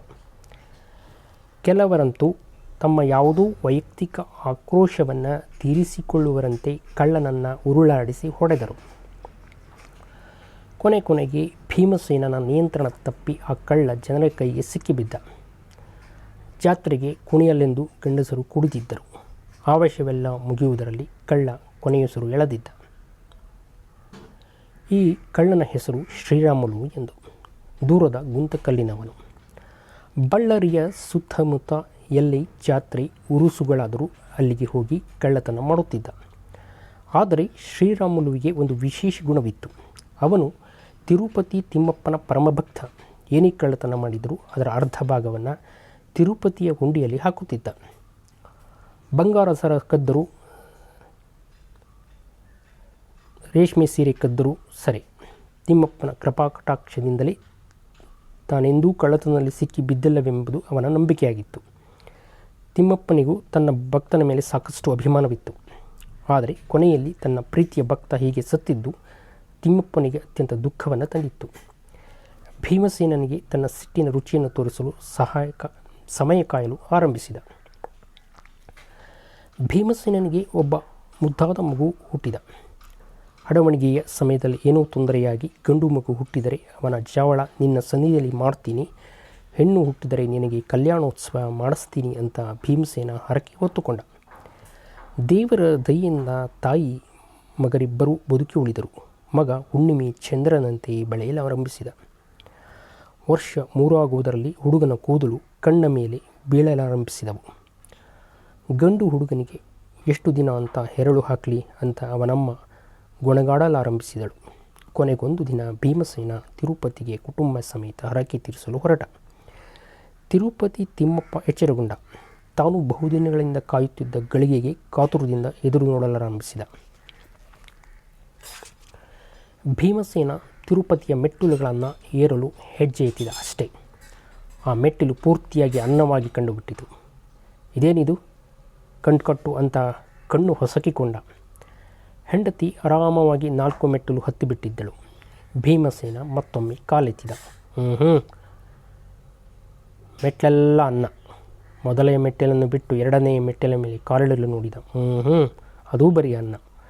ಹೆಂಡತಿ ಮೇಲಿನಿಂದ ಬರ್ರಿ, ಅಲ್ಲ ಯಾಕೆ ನಿಂತುಬಿಟ್ರಿ ಎಂದು ಕೂಗು ಹಾಕಿದಳು. ಭೀಮಸೇನ ಕಣ್ಣೆತ್ತಿ ನೋಡಿದ. ಏನಿದೆ ಅಲ್ಲಿ? ಇಡೀ ತಿರುಪತಿ ಬೆಟ್ಟವೇ ಅನ್ನದಿಂದ ಕೂಡಿತ್ತು. ಕಲ್ಲು, ಗಿಡ, ಮರ, ಗೋಪುರ ಎಲ್ಲೆಲ್ಲೂ ಅನ್ನ. ಆ ಅನ್ನ ಪೂರ್ಣೆಯನ್ನು ತುಳಿದು ಬೆಟ್ಟ ಹತ್ತುವ ಧೈರ್ಯ ಅವನಿಗೆ ಸಾಧ್ಯವಾಗಲಿಲ್ಲ. ಬೆಟ್ಟದ ಬುಡದಲ್ಲಿ ಕುಸಿದು ಕುಳಿತ. ಹೆಂಡತಿ ಕೆಳಗಿಳಿದು ಬಂದಳು. 3 ಹಗಲು 3 ರಾತ್ರಿ ಭೀಮಸೇನ ಬೆಟ್ಟ ಹತ್ತಲು ಪ್ರಯತ್ನಿಸಿದರೂ ಸಾಧ್ಯ ಆಗಲಿಲ್ಲ. ಬೆಟ್ಟ ಹತ್ತದೆ ಹರಕೆ ತೀರಿಸುವುದು ಹೇಗೆ? ಹರಕೆ ತೀರಿಸದೆ ವಾಪಸ್ಸು ಬಳ್ಳಾರಿಗೆ ಹೋಗುವುದಾದರೂ ಹೇಗೆ? ಭೀಮಸೇನ ಕಂಗಾಲದ. ಕೊನೆಗೆ ಗೋವಿಂದರಾಜ ಪಟ್ಟಣದಲ್ಲಿ ಕುಳಿತಿದ್ದ ಒಬ್ಬ ಸನ್ಯಾಸಿಯ ಬಳಿ ಹೋಗಿ ತನ್ನ ಸಂಕಟವನ್ನು ಹೇಳಿಕೊಂಡ. ಕಣ್ಣು ಮುಚ್ಚಿ ಧ್ಯಾನಿಸಿದ ಸನ್ಯಾಸಿ ಎಲ್ಲವನ್ನ ಅರ್ಥ ಮಾಡಿಕೊಂಡ. ಕಣ್ಣು ಮುಚ್ಚಿದ್ದಂತೆಯೇ ಅವನು, ಕನಕಹರಣ ಮಾಡಿದರೆ ನೀನು ಪ್ರಾಣಹರಣ ಮಾಡಿದಿ, ನಿನ್ನ ಪಾಪ ದೊಡ್ಡದು, ಪ್ರಾಯಶ್ಚಿತ್ತ ಮಾಡಲೇಬೇಕು ಎಂದು ಹೇಳಿದ. ಅದೇನು ಪ್ರಾಯಶ್ಚಿತ್ತ ಅಂತ ತಾವೇ ಹೇಳಬೇಕು ಎಂದು ಭೀಮಸೇನ ಬೇಡಿಕೊಂಡ. ದೇವರಿಗೆ ಕಳ್ಕಾಣಿಕೆ ಒಪ್ಪಿಸಬೇಕು. ಒಂದು ಪುಟ್ಟ ಕಳ್ಳತನ ಮಾಡಿ ಅದನ್ನು ದೇವರ ಹುಣ್ಣಾಗೆ ಹಾಕಬೇಕು. ಹಾಗೆ ಕಳ್ಳತನ ಮಾಡುವಾಗ ನಿನಗೆ ಅವನ ನೆನಪಾಗಬೇಕು ಎಂದು ಹೇಳಿ ಸನ್ಯಾಸಿ ಹೊರಟು ಹೋದ. ಅತ್ಯಂತ ಶ್ರೀಮಂತ ಜೀವನ ನಡೆಸಿದ ಭೀಮಸೇನ ಕಳ್ಳತನ ಮಾಡುವುದಾದರೂ ಹೇಗೆ? ಆದರೆ ಬೇರೆ ದಾರಿ ಇರಲಿಲ್ಲ. ದೇವರ ಶಾಪದಿಂದ ತಪ್ಪಿಸಿಕೊಳ್ಳಲು ಹೇಗೆ ಸಾಧ್ಯ? ಮರುದಿನ ದೇವರ ಸಾಮಾನುಗಳನ್ನು ಮಾರಾಟ ಮಾಡುವ ಅಂಗಡಿಯಲ್ಲಿ 100 ರೂಪಾಯಿಗಳ ಪೂಜಾ ಸಾಮಗ್ರಿಗಳನ್ನು ಕೊಂಡು ಹಗೂರಕ್ಕೆ ಬಂದು ಪುಟ್ಟ ಗಂಟೆಯನ್ನು ಕಳ್ಳತನ ಮಾಡಿದ. ಮೈಕೈಯೆಲ್ಲ ಬೆವೆತು ಹೋಗಿತ್ತು. ಗಳಿಗೆಗೂ ಶ್ರೀರಾಮುಲುವಿನ ನೆನಪಾಗಿತ್ತು. ಕೈಯಲ್ಲಿ ಗಂಟೆ ಬಾರಿಸುತ್ತಾ ವೆಂಕಟೇಶ್ವರನ ಸ್ಮರಣೆ ಮಾಡುತ್ತಾ ಹೋದಂತೆಲ್ಲ ತಿರುಪತಿ ತಿಮ್ಮಪ್ಪ ದಾರಿ ಬಿಟ್ಟುಕೊಟ್ಟ. ಹುಂಡಿಯಲ್ಲಿ ಆ ಗಂಟೆ ಹಾಕಿದ್ದೆ ಗರ್ಭಗುಡಿಯಲ್ಲಿ ಅವನ ಮುಖದಲ್ಲಿ ಕಿರು ನಗೆಯೊಂದು ಮೂಡಿತು. ಇದೇ ನೋಡವ್ವ ನಿಮ್ಮ ವಂಶದ ಕತಿ ಆವತ್ತಿಂದ ನಿಮ್ಮ ವಂಶದವರು ಯಾರೇ ತಿರುಪತಿಗೆ ಹೋಗಲಿ ಒಂದು ಸಣ್ಣ ಕಳ್ತನ ಮಾಡಿ ಅದನ್ನು ದೇವ್ರ ಹುಣ್ಣಾಗೆ ಹಾಕಬೇಕು. ಹಾಗೆ ಹೋದರೆ ತಿಮ್ಮಪ್ಪ ದಾರಿ ಬಿಟ್ಕೊಡಂಗಿಲ್ಲ ಎಂದು ಕಾಶವ್ವ ಕತೆ ಹೇಳಿ ಮುಗಿಸಿದಳು. 100 ಹೂಬತ್ತಿಗಳನ್ನು ಹೊಸ್ತಿದ್ದಳು. ರಮಾಬಾಯಿಗೆ ಯಾಕೋ ಇದು ಚಿಂತೆಗಿಟ್ಟುಕೊಂಡಿತು. ನಾನೆಲ್ಲಂತ ಕಳ್ತನ ಮಾಡಲಿಕ್ಕೆ ಹೋಗಲೇ ಕಾಶವ್ವ ಎಂದು ಕಳವಳಪಟ್ಟಳು. ಅಯ್ಯಮ್ಮ, ನೀನ್ಯಾಕೆ ಕಳ್ತನ ಮಾಡಲಿಕ್ಕೆ ಹೋಗ್ತಿ? ಸಾಕ್ಷಾತ್ ಲಕ್ಷ್ಮೀದೇವಿ ಇದ್ದಂಗೆ ಇದೆ. ಅಂಥ ಸುಡುಗಾಡೋ ಕೆಲಸಗಳೇನಿದ್ರೂ ಮನೆ ಗಂಡಸರು ಮಾಡಬೇಕು. ಕಾಮನ ಹಬ್ಬಕ್ಕೆ ಕಳ್ತನ ಮಾಡ್ತಾರಲ್ಲ ಹಂಗೆ ಇದೂ ಎಂದು ಮುತ್ತೈದೆತನದ ಮಹಾತ್ಮ್ಯವನ್ನು ವಿವರಿಸಿದಳು. ಅಷ್ಟು ಹೊತ್ತಿಗೆ ಗುರುರಾಜ ಬುರ್ರ್ ಎಂದು ಬಸ್ಸು ಬಿಡುತ್ತಾ ಶಾಲೆಯಿಂದ ಬಂದ. ಅಮ್ಮ ಕೋಡುಬಳೆ ಮಾಡುತ್ತಿದ್ದನ್ನು ನೋಡಿದ್ದೆ ಬಾಯಲ್ಲಿ ನೀರು ಇರುತ್ತು. ಪಾಟಿಚೀಲವನ್ನು ಸೂಯಿ ಎಂದು ಒಗೆದರೆ ಅದು ಸೀದಾ ಮೂಲೆಯಲ್ಲಿ ಪೇರಿಸಿಬಿಟ್ಟಿದ್ದ ಹಾಸಿಗೆಗಳ ಮೇಲೆ ಹೋಗಿ ಬಿತ್ತು. ಬಾಬಾ ಗಿಣಿಯೇ, ಕೋಡುಬಳೆ ಕೊಡುವೆ ಎಂದು ರಾಗವಾಗಿ ಹೇಳುತ್ತಾ ಇನ್ನೂ ಸುಡುತ್ತಿರುವ 2 ಕೋಡುಬಳೆಗಳನ್ನು ಜೇಬಿಗಿಳಿಸಿ ಒಂದನ್ನು ಬಾಯಿಗೆ ಹಾಕಿಕೊಂಡು ಹಾಹಾ ಎನ್ನುತ್ತಾ ತಿನ್ನಲಾರಂಭಿಸಿದ. ತೂಕಕ್ಕೆ ಕಮ್ಮಿ ಬರ್ತದೋ ಎಂದು ರಮಾಬಾಯಿ ಪ್ರೀತಿಯಿಂದ ಒಂದೇಟು ಬಿಟ್ಟಳು. ಇನ್ನೊಂದು ಕೋಡುಬಳೆ ತೆಗೆದುಕೊಂಡು ನಿಕ್ಕರ್ನ ಜೇಬಿಗೆ ಇಳಿಬಿಟ್ಟ. ಕೈಕಾಲು ತೊಳೆಯದೆ ಸೀದಾ ಕೋಡುಬಳೆಗೆ ಕೈ ಹಾಕಿದ್ದನ್ನು ನೋಡಿದ ಕಾಶವ್ವ ಕೋಳಕ್ಕೆ ಮುಂಡಿದೆ ಎಂದು ಬೈದಳು. ಗುರುರಾಜ ಕಾಶವ್ವನ ಮುಂದೆ ಕುಕ್ಕುರುಗಾಲಿನಲ್ಲಿ ಕುಳಿತು ಕುರುಕುರು ಎಂದು ಸದ್ದು ಮಾಡುತ್ತಾ ಇಡೀ ಕೋಡುಬಳೆಯನ್ನು ತಿಂದು ಕಿಲಾಡಿ ಜೋಡಿ ಜೋಡಿ ನಮ್ಮಜ್ಜಿ ಬಡಿ ಬಡಿ ಎಂದು ರಾಗವಾಗಿ ಹಾಡಿ ಆಕೆಯ ಕೈಗೆ ಸಿಗದಂತೆ ಚಂಗನೆ ಜಿಗಿದು ಓಡಿ ಹೋದ. ಬೆಳಗ್ಗೆ ಮುಂಡಾಳು ಒಗ್ಗರಣೆ ತಿಂದಂತೆ ಅಪ್ಪ ಮಗ ಜೊತೆಯಾಗಿ ಕಳ್ಳತನಕ್ಕೆ ಹೊರಟರು. ಏನೋ ಹೆದರಿಕೆಗೋ ಬ್ಯಾಡ್ರಿ, ನಾನೆಲ್ಲ ಪದ್ದಕ್ಕೆ ಹೇಳ್ತೀನಿ ಎಂದು ರಮಾಬಾಯಿ ಹೇಳಿದರು. ಹುಲಿಕುಂಟಿ ವಟ ವಟ ಮಾಡಿದ. ಈ ತಿರುಪತಿ ಸವಾಸವೇ ಬೇಡ ಅನಿಸ್ಬಿಡ್ತು. ಎಡವಟ್ಟು ವೆಂಕಣ್ಣಾಚಾರ್ಯರು ತಮ್ಮ ಜಾಗಂಟೆ ಯಂತ್ರವನ್ನು ಹರಡಿಕೊಂಡು ಪಡಸಾಲೆಯಲ್ಲಿ ಕುಳಿತಿದ್ದರು. ಪದ್ದಕ್ಕ ಒಳಗೆ ಹುಳು ಪಲ್ಯವನ್ನು ಮಾಡುತ್ತಿದ್ದವಳಾದ್ದರಿಂದ ಮೆಂತೆ ಪಲ್ಯ ಬೇಳೆ ಹಿತವಾಗಿ ಬೇಯುತ್ತಿರುವ ಘಮ ಘಮ ವಾಸನೆ ಮನೆಯೆಲ್ಲ ಹರಡಿತ್ತು. ಅಪ್ಪ ಮಗ ಇಬ್ಬರು ಒಳ ಬರುತ್ತಲೇ ಏನೋ ಬಂದ್ರಿ ಎಂದು ವೆಂಕಣ್ಣಾಚಾರ್ಯ ಕೇಳಿದರು. ಪದ್ದಕ್ಕಿದ್ದಾಳ ಎಂದು ಹುಲಿಕುಂಟಿ ಕೇಳಿದ. ಒಳಗಿದ್ದ ಪದ್ದಕ್ಕ ಹುಲಿಕುಂಟಿಯ ಮಾತನ್ನು ಕೇಳಿದ್ದೆ ಹೊರಬಂದಳು. ಬರ್ರಿ ಬರ್ರಿ, ಕಳ್ತನಕ ಬರ್ತೀರಿ ಅಂತ ರಮಾಬಾಯಿ ಬೆಳಗ್ಗೆನೇ ಹೇಳಿದ್ಲು ಎಂದು ನಗುನುಗುತ್ತಾ ಹೇಳಿದಳು. ವೆಂಕಣ್ಣಾಚಾರ್ಯರು ತಬ್ಬಿಬ್ಬರಾದರು. ಅದ್ಯಾಕೆ ಕಳ್ತನ ಮಾಡ್ತಾರ ಎಂದು ಬೆಬ್ಬೆ ಅಂದರು. ಅದೆಲ್ಲ ಆಮೇಲೆ ಕೇಳ್ತೀನಿ, ಮೊದಲು ಈ ಸುಡುಗಾಡು ಜಾಗಂಟಿ ಯಂತ್ರ ಬಿಟ್ಟು ಹೊರಗೆ ಹೋಗ್ರಿ ಎಂದು ಗಂಡನನ್ನು ಹೊರಗೆ ದಬ್ಬಿದಳು. ಹುಲಿಕುಂಟಿ, ನಿಮ್ಗೇನು ಇಷ್ಟ ಆಗ್ತದೋ ಅದನ್ನು ತಗೊಂಡು ಹೋಗ್ರಿ, ಸಂಕೋಚ ಬೇಡ. ಆದರೆ ಆ ಬೆಳ್ಳಿ ದೇವರ ವಿಗ್ರಹಗಳು ಮಡಿಲವೆ, ಮುಟ್ಟು ಮೈಲಿಗೆ ಮಾಡಬೇಡ ಎಂದು ಉದಾರತೆಯನ್ನು ಎಚ್ಚರಿಕೆಯನ್ನು ಪದ್ದಕ್ಕೆ ಕೊಟ್ಟು ಹೊರಗೆ ಹೋದಳು. ಮನೆಯಲ್ಲಿ ಬರೀ ಅಪ್ಪ ಮಗ ಉಳಿದರು. ಹುಲಿಕುಂಟಿಗೆ ಸಣ್ಣಕ್ಕೆ ನಡುಕ ಶುರುವಾಗಿತ್ತು. ಏನು ತೆಗೆದುಕೊಳ್ಳಬೇಕೆಂದಲೂ ಸುತ್ತಲೂ ಕಣ್ಣಾಡಿಸಿದ. ಗೋಡೆಗೆ ಆತು ಹಾಕಿದ ಜಾಗಂಟೆ, ಮೂಲೆಯಲ್ಲಿಟ್ಟು ರುಬ್ಬುಗೊಂಡು ಕೋಲಿನ ಮೇಲೆ ಹರಡಿದ ಮಡಿ ಬಟ್ಟೆಗಳು, ಜೋಡಿಸಿಟ್ಟ ಫಳಫಳನೆ ಹೊಳೆಯುವ ತಾಮ್ರ ಹಿತ್ತಾಳೆ ಪಾತ್ರೆಗಳು, ಶಾವಿಗೆ ನೇತು ಹಾಕಿದ ಕಡ್ಡಿ, ಪಾತ್ರೆಯಲ್ಲಿ ಕುದಿತಿರುವ ಹುಳುಪಲ್ಯ, ದೇವರ ಕಟ್ಟೆಯ ಮೇಲೆ ಸಣ್ಣನೆಯ ಎಳೆಯಲ್ಲಿ ಹಾಕಿದ ಶ್ರೀಚಕ್ರ, ಕಲ್ಪವೃಕ್ಷ, ಕಾಮಧೇನುವಿನ ರಂಗೋಲಿ. ಏನನ್ನು ತೆಗೆದುಕೊಳ್ಳಬೇಕು ಹುಲಿಕುಂಟಿಗೆ ಅರ್ಥವಾಗಲಿಲ್ಲ. ಮಾಡದಲ್ಲಿ ವೆಂಕಣ್ಣಾಚಾರ್ಯರ ಮಗ ವಿಷ್ಣು ಸೇದಲೆಂದು ಇಟ್ಟಿದ್ದ ಒಂದು ಸಿಗರೇಟ್ ಪ್ಯಾಕೆ ಅವನಿಗೆ ಹೆಚ್ಚು ಆಕರ್ಷವಾಗಿ ಕಾಣಲಾರಂಭಿಸಿತು. ಗುರುರಾಜನಿಗೆ ತಮ್ಮ ಮನೆಯಲ್ಲಿ ಏನಿಲ್ಲವೋ ಅದೆಲ್ಲ ಇಲ್ಲಿಂದ ತೆಗೆದುಕೊಳ್ಳಬೇಕೆನಿಸಿತ್ತು. ಮೂಲೆಯಲ್ಲಿ ಕುಳಿತ ರೇಡಿಯೋ, ಟಣ್ಣೆಂದು ಬಾರಿಸುವ ಗಡಿಯಾರ, ಗೂಡಿನಲ್ಲಿಟ್ಟಿದ್ದ ಗೋಲಿಗಳ ಚೀಲ, ಮಾಡದಲ್ಲಿ ಮುದ್ದಾಗಿ ಕುಳಿತ ಬಣ್ಣದ ಗಣೇಶ, ತಾರಸಿಯಿಂದ ನೇತು ಹಾಕಿದ ಬಣ್ಣದ ಗಿಣಿಗಳ ಕಟ್ಟು, ಪಡಸಾಲೆಯಲ್ಲಿದ್ದ ತೂಗು ಮಂಚ, ಎಲ್ಲಕ್ಕೂ ಹೆಚ್ಚಾಗಿ ಬಚ್ಚಲು ಮನೆಯಲ್ಲಿದ್ದ ಅವನಪ್ಪ ಕೊಡಿಸದ ಟೂತ್ ಪೇಸ್ಟ್ ಬ್ರಷ್. ಹುಲಿಕುಂಟಿ ಅತ್ಯಂತ ಕಡಿಮೆ ಬೆಲೆಯ ತುಂಬ ಕ್ಷುಲ್ಲಕವಾದ ವಸ್ತುವಿಗಾಗಿ ಹುಡುಕಾಡಿದ. ಕೊನೆಗೆ ದೇವರ ಕಟ್ಟೆಯ ಮೇಲೆ ನುಣ್ಣನೆಯ ರಂಗೋಲಿ ತುಂಬಿಸಿಟ್ಟಿದ್ದ ಒಂದು ಪುಟ್ಟ ಸ್ಟೀಲಿನ ಲೋಟ ಅವನ ಕಣ್ಣಿಗೆ ಬಿತ್ತು. ಅದು ಮಧ್ಯದಲ್ಲಿ ಸಣ್ಣಗೆ ಸೀಳಿತ್ತು. ಅದೇ ಕಳ್ಳತನಕ್ಕೆ ಅತ್ಯಂತ ಯೋಗ್ಯವಾದ ವಸ್ತುವೆಂದು ಅವನಿಗನಿಸಿತ್ತು. ಅದರಲ್ಲಿದ್ದ ರಂಗೋಲಿಯನ್ನು ಅಲ್ಲೇ ಮೂಲೆಗೆ ಚೆಲ್ಲಿ ಆ ಪುಟ್ಟ ಲೋಟವನ್ನು ಪೈಜಾಮದ ಜೇಬಿಗೆ ಇಳಿಬಿಟ್ಟ. ಗುರುರಾಜ ಮೇಜಿನ ಮೇಲಿಟ್ಟಿದ್ದ ಕೂಲಿಂಗ್ ಗ್ಲಾಸನ್ನು ತೋರಿಸಿ, ಅದು ತಗೊಳ್ಳೋಣಪ್ಪ ಎಂದು ಆಸೆ ತೋರಿಸಿದ. ತಿರುಪತಿ ತಿಮ್ಮಪ್ಪಗೆ ಕಣ್ಣು ಕಾಣಿಸ್ದಂಗೆ ನಾಮ ಹಚ್ಚಿರ್ತಾರೆ ರಾಜ. ಆತ ಕೂಲಿಂಗ್ ಗ್ಲಾಸ್ ತೊಗೊಂಡು ಏನು ಮಾಡ್ತಾನೆ ಬಿಡು ಎಂದು ಹೇಳಿ ಅವನ ಕೈ ಹಿಡಿದು ಹೊರಬಂದ. ಪದ್ದಕ್ಕ ಎಂಕಣ್ಣರ ಕಣ್ಣುಗಳು ಇವರ ಮೈಮೇಲೆಲ್ಲ ಹರಿದಾಡಿದವು. ಹೋಗಿ ಬರ್ತೀವಿ ಅಂತ ಹುಲಿಕುಂಟಿ ಕೈ ಮುಗಿದು ಮನೆಯ ದಾರಿ ಹಿಡಿದ. ಪದ್ದಕ್ಕ ಒಳಗೆ ಓಡಿ ಹೋಗಿದ್ದೇ ಇಡೀ ಮನೆಯನ್ನು ಶೋಧಿಸಿದಳು. ಚೆಲ್ಲಿದ ರಂಗೋಲಿಯನ್ನು ನೋಡಿದ ಮೇಲೆ ಅವನು ಒಯ್ದ ವಸ್ತುವೇನೆಂದು ಗೊತ್ತಾಗಿದ್ದು. ಕೋಡಿ ಮುಂಡೆಗಂಡ, ಬಾಯಿ ಸತ್ತು ರಂಡೆಗಂಡ ಎಂದು ಹುಲಿಕುಂಟಿಯ ಮುಗ್ಧತೆಯನ್ನು ಬಾಯಿ ತುಂಬ ಹೊಗಳಿದಳು. ಹುಲಿಕುಂಟಿ ಮನೆಗೆ ಹೋಗಿದ್ದೇ ಆ ಸೀಳು ಲೋಟವನ್ನು ರಮಾಬಾಯಿಯ ಉಡಿಯಲ್ಲಿ ಹಾಕಿ ಹೊರಗೆ ಕಟ್ಟೆ ಮೇಲೆ ಕುಳಿತು ಬೀಡಿ ಸೇದಲಾರಂಭಿಸಿದ. ತನ್ನ ಗಂಡ ಕಳ್ಳತನ ಮಾಡಿ ತಂದ ಅಪರೂಪದ ವಸ್ತುವನ್ನು ನೋಡಿ ರಮಾಬಾಯಿ ಹಣೆ ಚಿಜ್ಜಿಕೊಂಡಳು. ಕಳ್ಳತನ ಮಾಡುವಾಗ ಯಾರಾದರೂ ನೆನಪಾಗ್ತಾದೇನ್ರಿ? ಬರೀ ಪೊಲೀಸರೇ ಕಣ್ಮುಂದೆ ಬರ್ತಾಯಿದ್ರು. ಅಯ್ಯೋ ದೇವರೇ, ಕಳ್ಳತನ ಮಾಡ್ತಾ ಶ್ರೀರಾಮುಲುವನ್ನು ನೆನೆಸ್ಕೋಬೇಕು ಅಂತ ನಿಮಗೆ ಹೇಳೋದು ಮರ್ತೇ ಹೋಯಿತು ನೋಡ್ರಿ ಎಂದು ರಮಾಬಾಯಿ ಕೈ ಹಿಸುಕಿಕೊಂಡಳು.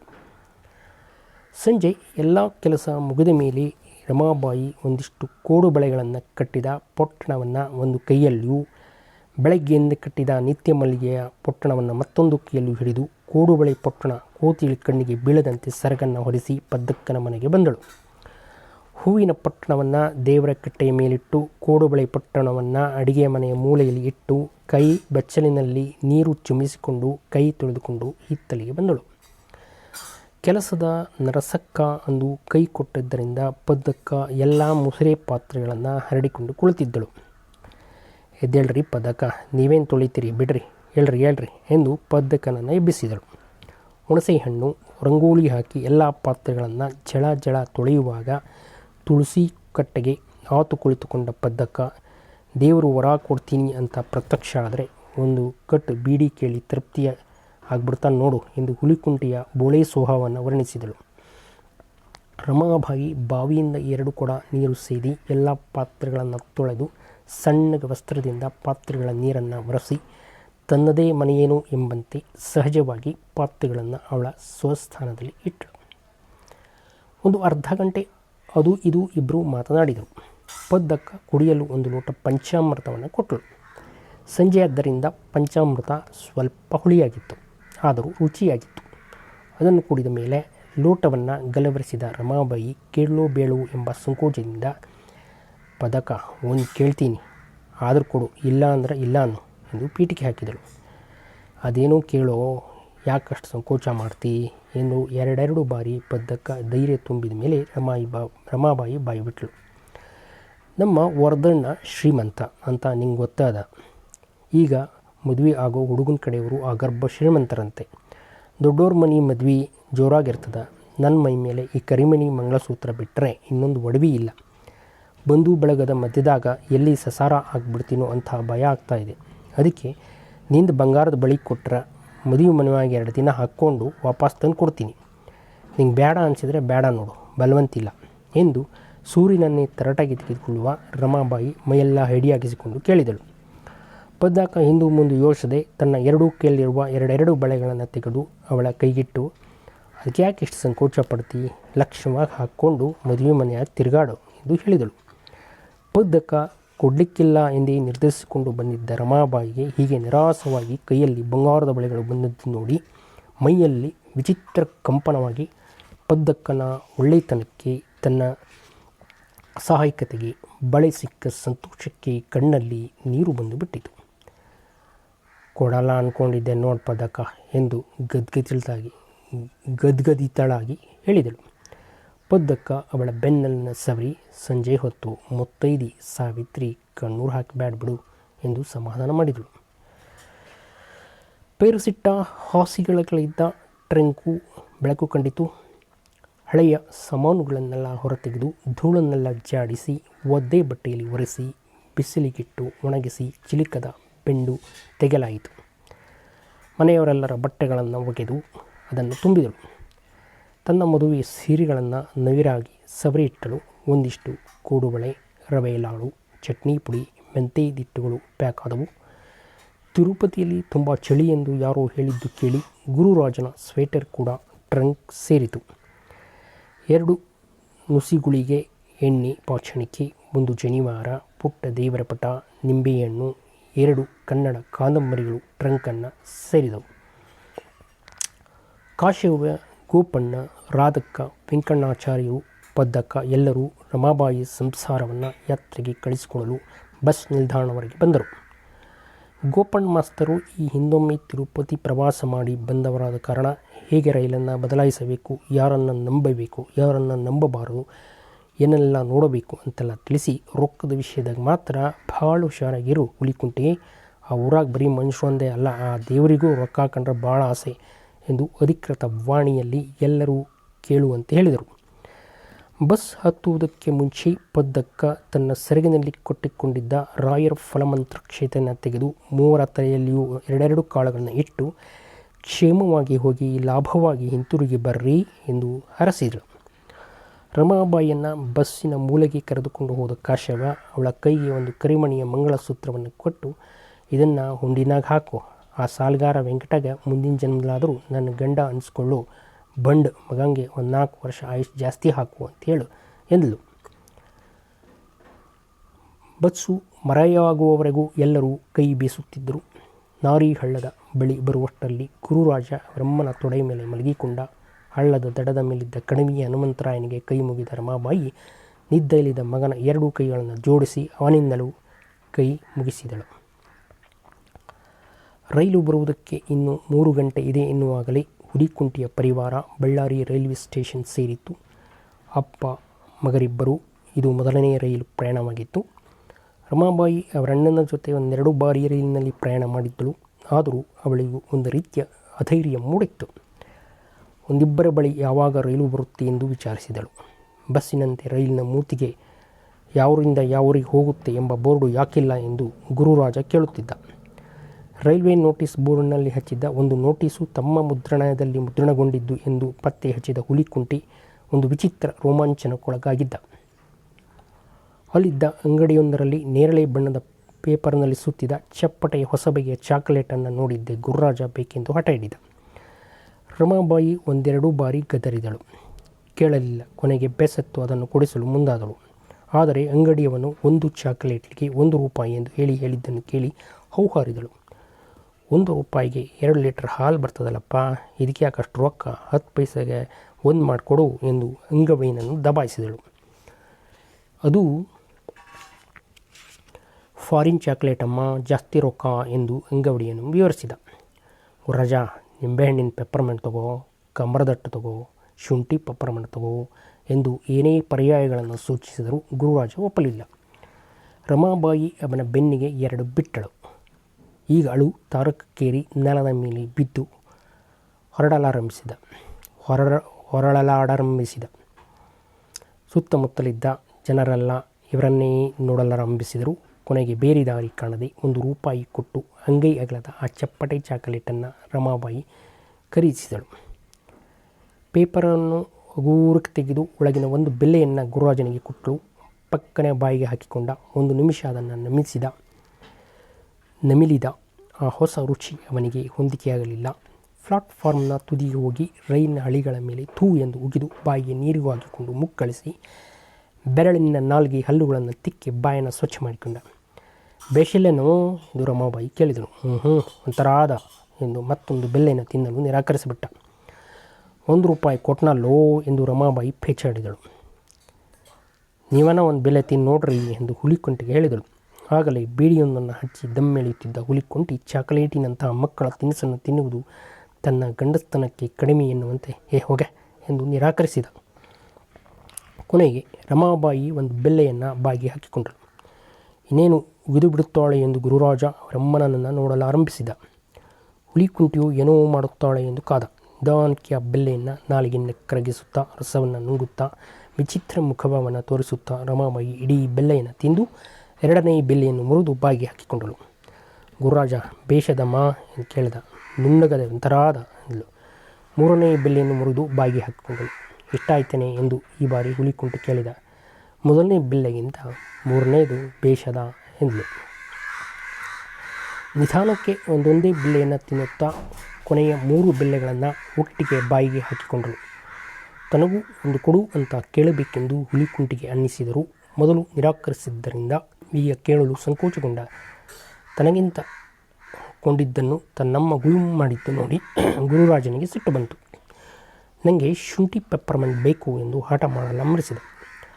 ಅವನ ಅಳುವಿಗೆ ಸೊಪ್ಪು ಹಾಕದೆ ರಮಾಬಾಯಿ ಚಾಕ್ಲೇಟಿನ ರುಚಿಯನ್ನು ಚಪ್ಪರಿಸುತ್ತಿದ್ದಳು.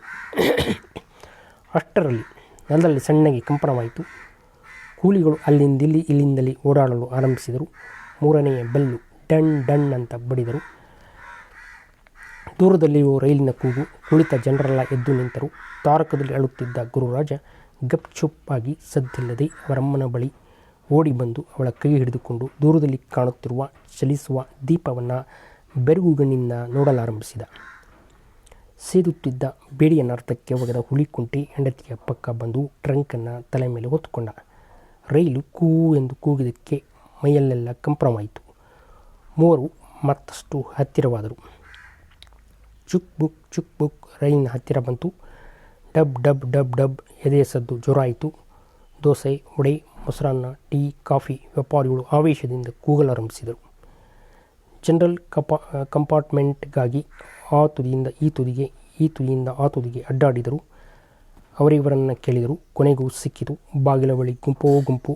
ಆ ಗುಂಪಿನೊಳಗೆ ಹೇಗೆ ನುಗ್ಗಬೇಕೆಂದು ತಿಳಿಯದೆ ಸ್ವಲ್ಪ ದೂರ ನಿಂತರು. ಗುರುರಾಜನ ಕೈಯನ್ನು ರಮಾಬಾಯಿ ಗಟ್ಟಿಯಾಗಿ ಹಿಡಿದುಕೊಂಡಳು. ಟ್ರಂಕನ್ನು ಹೊತ್ತುಕೊಂಡಂತೆಯೇ ಹುಲಿಕುಂಟಿ ರಮಾಬಾಯಿಯ ಕೈಯನ್ನು ಹಿಡಿದುಕೊಂಡ. ನಿಧಾನಕ್ಕೆ ಮೂವರು ಗುಂಪಿನೊಳಗೆ ಒಂದಾದರು.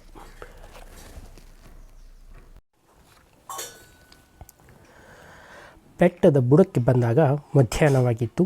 ನೆತ್ತಿ ಸುಡುವಷ್ಟು ಬಿಸಿಲಿತ್ತು. ಓಂ ನಮೋ ವೆಂಕಟೇಶ, ಓಂ ನಮೋ ತಿರುಮಲೇಶ ಅಂತ ಘಂಟಸಾಲ ರಾಗವಾಗಿ ಹಾಡುತ್ತಲೇ ಇದ್ದ. ಬೆಟ್ಟ ಹತ್ತುವುದಕ್ಕೆ 4 ತಾಸು ಬೇಕೆಂದರು. ಟ್ರಂಕನ್ನು ಅಲ್ಲಿಯೇ ಕೊಟ್ಟರೆ ಅದನ್ನು ಮೇಲಕ್ಕೆ ತಲುಪಿಸುವ ವ್ಯವಸ್ಥೆ ಇದೆ ಎಂದು ಹೇಳಿದರು. ಆದರೆ ಹಾಗೆ ಟ್ರಂಕು ಕೊಡುವುದಕ್ಕೆ ಮುಂಚೆ ಅದಕ್ಕೆ ಒಳ್ಳೆಯ ಬೀಗ ಹಾಕಬೇಕೆಂದು ಹೇಳಿದರು. ಇವರ ಬಳಿಯಲ್ಲಿ ಬೀಗವಿರಲಿಲ್ಲ. ಒಂದು ಚಿಕ್ಕ ಹಗ್ಗದಿಂದಲೇ ಟ್ರಂಕನ್ನು ಕಟ್ಟಿದ್ದರು. ಅಲ್ಲೇ ಹತ್ತಿರದ ಅಂಗಡಿಯಲ್ಲಿ ಬೀಗಕ್ಕಾಗಿ ವಿಚಾರಿಸಿದರು. 3 ರೂಪಾಯಿ. ಅಷ್ಟೊಂದು ಹಣ ಕೊಡುವುದು ಬೇಡವೆಂದು ನಿರ್ಧರಿಸಿ ಟ್ರಂಕನ್ನು ತಲೆಯ ಮೇಲಿಟ್ಟುಕೊಂಡು ಹುಲಿಕುಂಟಿ ಬಟ್ಟೆಯ ಗಂಟೊಂದನ್ನು ಬಗಲಲ್ಲಿಟ್ಟುಕೊಂಡ ರಮಾಬಾಯಿ ಅವಳ ಕೈ ಹಿಡಿದುಕೊಂಡ ಗುರುರಾಜ ಪರ್ವತಾರೋಹಣದ ಮೊದಲ ಮೆಟ್ಟನ್ನು ತುಳಿದರು. ಯಾಕೋ ಅನುಮಾನ ಬಂದು ರಮಾಬಾಯಿ, ಮೆಟ್ಟಿಲುಗಳು ಚೆಂದಾಗಿ ಕಾಣಿಸ್ತಾವೇನ್ರಿ ಎಂದು ಹುಲಿಕುಂಟಿಯನ್ನು ಕೇಳಿದರು. ಯಾಕೆ, ಬೇಷ್ ಕಾಣಿಸ್ತಾವಲ್ಲ ಎಂದು ಅವನು ಉತ್ತರಿಸಿದ ಮೇಲೆ ಸಮಾಧಾನವಾಯಿತು. ಗುರುರಾಜ ಪುಟಪುಟನೆ 10 ಮೆಟ್ಟುಗಳನ್ನು ಏರಿ ನಾನೇ ಫಸ್ಟು ಎಂದು ಕೂಗುತ್ತಿದ್ದ. ಮೆಟ್ಟಿಲುಗಳ ಮೇಲೆ ಬರೆದ ಅಂಕೆಗಳನ್ನು ಒಂದೊಂದಾಗಿ ಎಣಿಸುತ್ತಿದ್ದ. ಹುಲಿಕುಂಟಿ ರಮಾಬಾಯಿ ನಿಧಾನಕ್ಕೆ ಒಂದೊಂದೇ ಮೆಟ್ಟಿಲನ್ನು ಹತ್ತಲಾರಂಭಿಸಿದರು. ಒಂದಿಷ್ಟು ದೂರ ರಮಾಬಾಯಿ ಟ್ರಂಕನ್ನು ತಲೆ ಮೇಲಿಟ್ಟುಕೊಂಡಳು.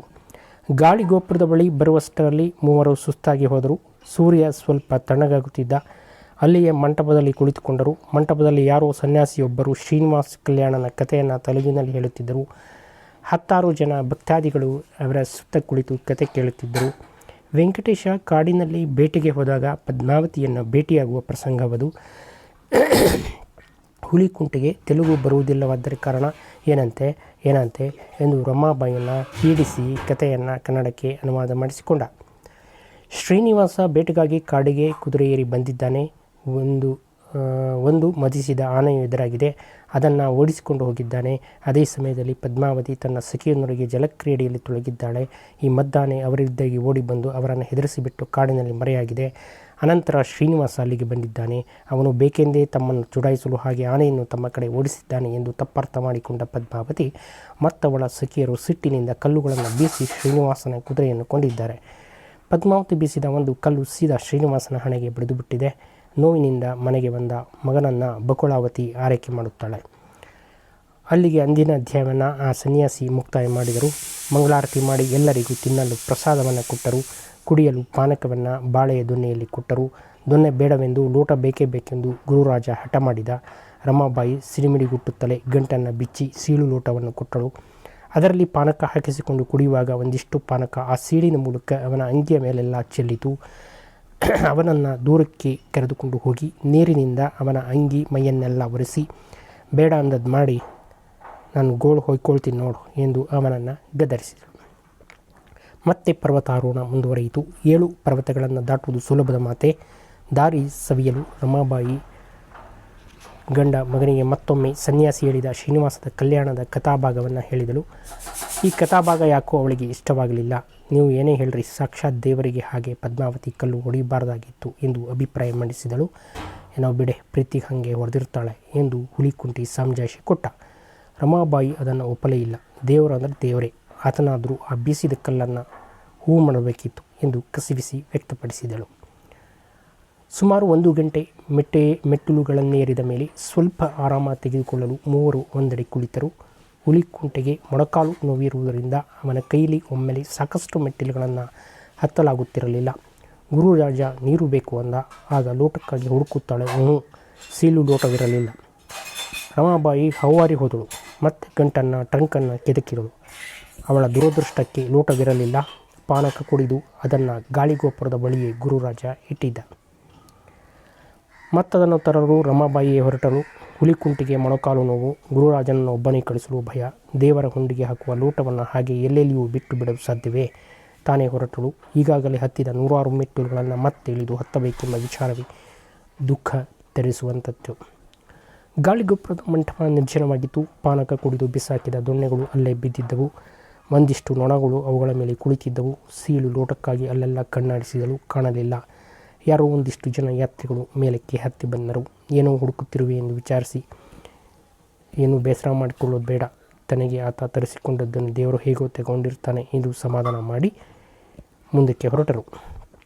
ಮಂಟಪಕ್ಕೆ ಹೊಂದಿಕೊಂಡಿರುವಂತೆ ಒಂದು ಪುಟ್ಟ ಗುಡಿ ಇತ್ತು. ಮಂಟಪದ ಒಂದು ಕಂಬಕ್ಕೆ ಯಾರೋ ವೆಂಕಟೇಶನ ಚಿತ್ರವನ್ನು ಕಿತ್ತಿದ್ದರಿಂದ ಅದಕ್ಕೆ ಸ್ವಲ್ಪ ಮರೆ ಮಾಡಿ ಗುಡಿಯಂತೆ ಮಾಡಿದ್ದರು. ರಮಾಬಾಯಿ ದೇವರ ಮುಂದೆ ಹೋಗಿ ಕುಳಿತಳು. ದೇವರ ಮುಂದೆ ದೀಪ ಸಣ್ಣಗೆ ಉರಿಯುತ್ತಿತ್ತು. ಕಣ್ಣು ಮುಚ್ಚಿ 2 ನಿಮಿಷ ಮೌನವಾಗಿ ಕುಳಿತಳು. ಕಣ್ಣು ಬಿಟ್ಟಾಗ ಲೋಟ ಕಣ್ಣಿಗೆ ಬಿತ್ತು. ಯಾರೋ ಲೋಟದ ಮೇಲೆ ತುಪ್ಪದ ದೀಪವನ್ನು ಹಚ್ಚಿಟ್ಟಿದ್ದರು. ಗುಡಿಯಲ್ಲಿನ ಕತ್ತಲಿನಿಂದಾಗಿ ತಕ್ಷಣ ಕಣ್ಣಿಗೆ ಬಿದ್ದಿರಲಿಲ್ಲ.